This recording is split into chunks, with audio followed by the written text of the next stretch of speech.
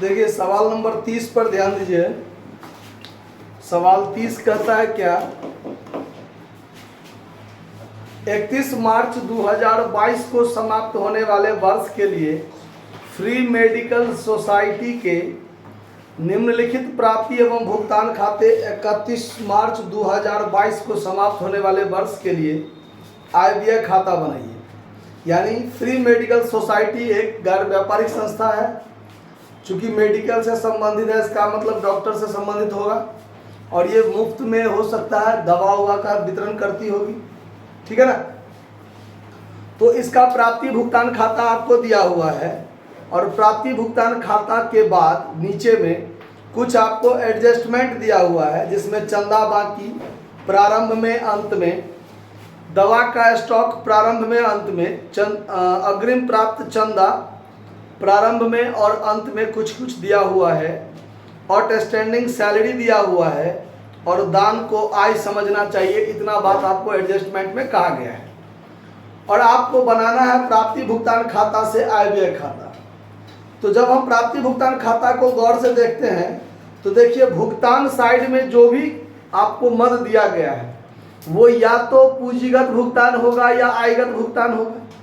तो अगर पूंजीगत भुगतान है तो वो पूंजीगत भुगतान को तो हम लोग आय व्यय खाता में नहीं रखते हैं, आयगत भुगतान को रखते हैं जो आयगत व्यय होगा।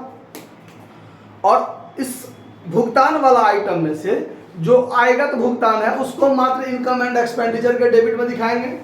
तो देखिए कौन कौन सा आइटम है। तो पहला आइटम है आपको पेमेंट फॉर मेडिसिन, यानी 30,000 रुपया आपने मेडिसिन के लिए भुगतान किया और आपको मेडिसिन जो है ये आपको गुड्स है, एक तरह से कंज्यूमेबल गुड्स, ठीक है। अगर मान लीजिए प्रारंभ में कुछ स्टॉक बचा हो और अंत में भी कुछ स्टॉक बचा हो तो वास्तव में आप कंज्यूमेबल मेडिसिन यानी कितना मेडिसिन का आपने उपभोग किया यानी उपयोग किया, मतलब समाज में मुफ्त में क्या कर दिया, बांट दिया।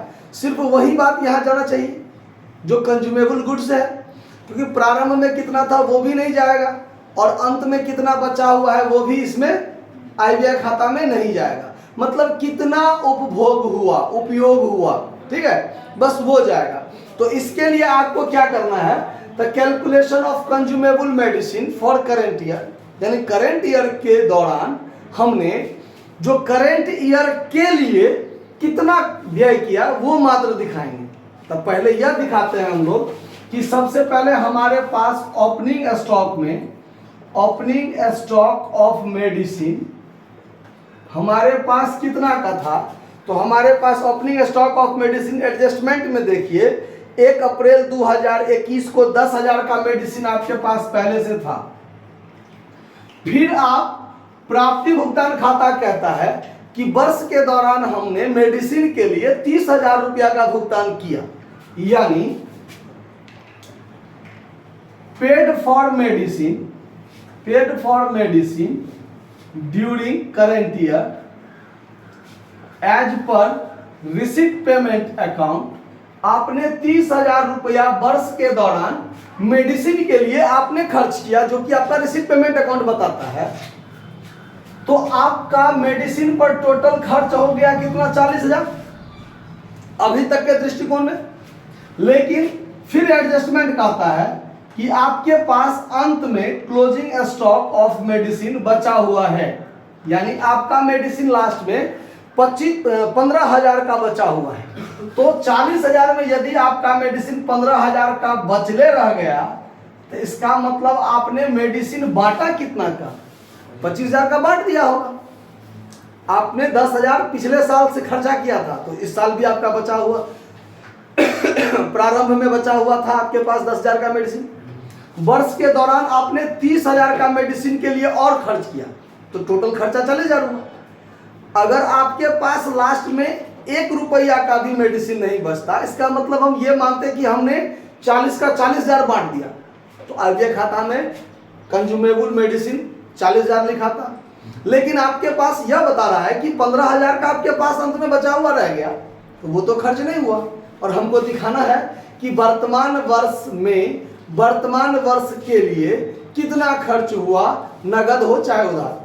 तो वर्तमान वर्ष में खर्च कितना हुआ, तो वर्तमान वर्ष में मेडिसिन के रूप में तो 25,000 ना उपभोग हुआ। तो बस आपको ये देना है consumable medicine, consumable medicine, consumable medicine for current year, जो आपका transfer to income and expenditure account debit side. यानी जब आप डेबिट साइड में लिखने लगिएगा, यानी कंज्यूमेबल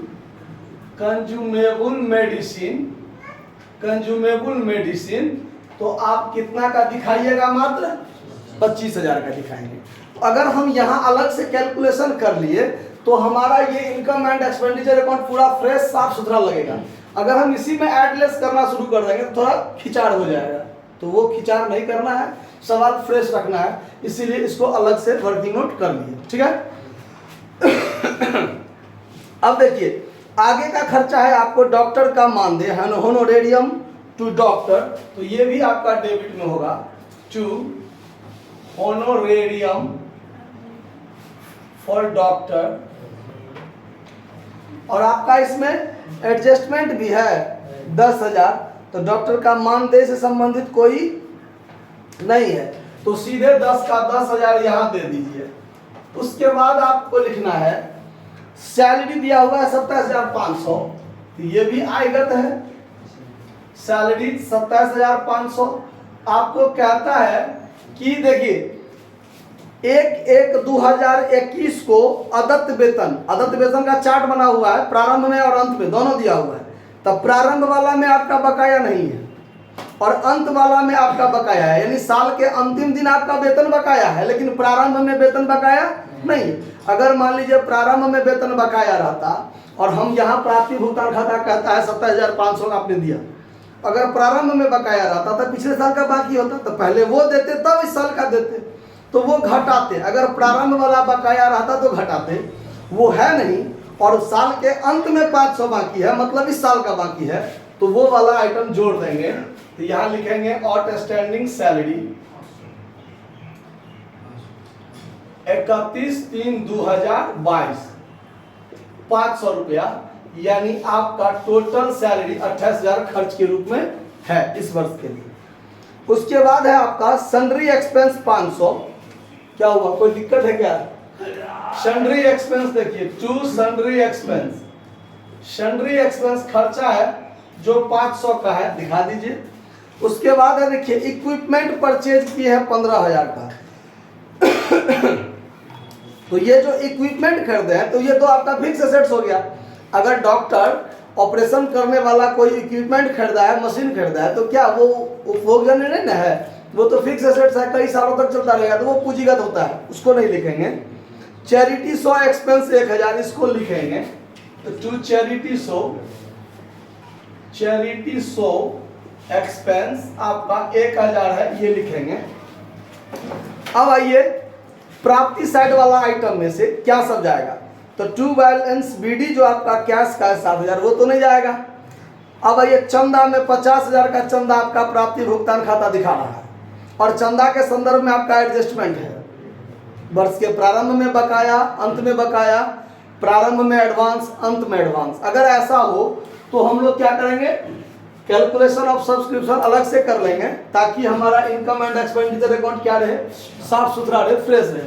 तो यहाँ पर सबसे पहले लिखेंगे हम कि total subscription received during current year 50,000, क्योंकि रिसीट पेमेंट अकाउंट तो वही दिखाता है कि आपने वर्ष के दौरान कितना चंदा पाया, 50,000 पाया, जबकि एडजस्टमेंट कहता है कि प्रारंभ में 500 बाकी और अंत में 100 बाकी, 1,000 बाकी। देखिए तो यहाँ पर क्या था कि प्रारंभ में 500 आपका चंदा बाकी है और अंत में 1,000 चंदा बाकी है, और ये 500 जो प्रारंभ में बाकी है उसके लिए कोई अलग से तो नहीं है कि उसमें से इतना ही पाया, ऐसा बात तो नहीं है, जैसा 29 नंबर सवाल में कंफ्यूज किया हुआ था, वैसा नहीं है। तो ये सीधे आपको करना क्या है कि कुछ आइटम ऐड करना है और कुछ लेस करना है। ठीक है, तो क्या ऐड करना है देखिए, तो अगर प्रारंभ का बाकी है, आउटस्टैंडिंग सब्सक्रिप्शन है शुरुआत में, तो वो पिछले साल वाला होगा, वो लेस करेंगे। तो लेस करेंगे आउटस्टैंडिंग सब्सक्रिप्शन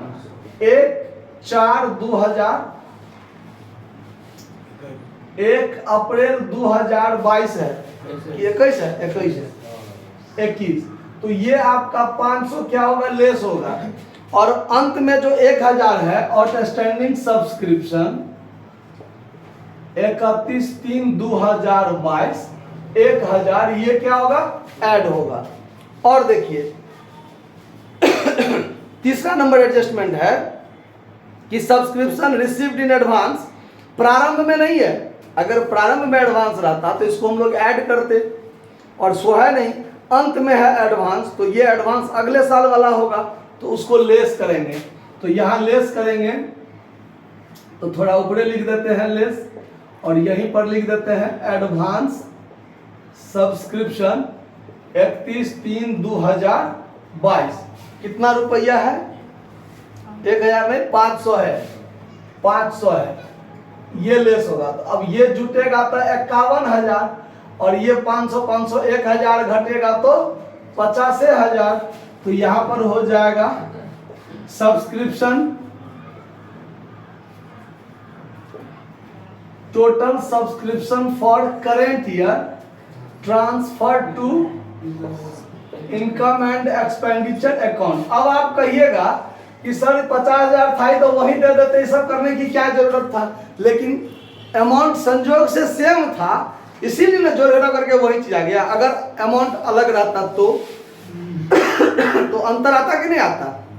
तो यहाँ पर आपको 50,000 मात्र यहाँ दिखाना है बाय सब्सक्रिप्शन 50,000। क्लियर है बात। उसके बाद देखिए दान 14,500 है, तो दान को आय समझना चाहिए, क्लियर कर दिया है। तो बाय डोनेशन लिखेंगे यहाँ पर हम लोग, by donation 14,500। Interest on investment, तो ये भी इंटरेस्ट ऑन इन्वेस्टमेंट 7,000 यहाँ लिखाएगा, आयगत हो जाता है आमदनी। बाय इंटरेस्ट ऑन इन्वेस्टमेंट 7,000 लिख दीजिए। उसके बाद चैरिटी सोर्स से आमदनी 10,000 यहाँ लिखेंगे बाय रिसिप्ट्स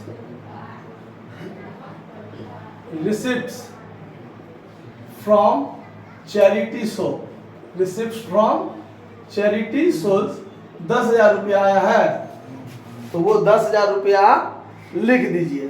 ठीक है, सारा काम हो गया। दवाई वाला काम, मेडिसिन हो ही गया, ये चीज चंदा वाला काम हो गया, अदत्त वेतन दान। ठीक है, सारा काम हो गया। अब आप यहाँ पर क्या कीजिए, इसका फाइनल काम कीजिए।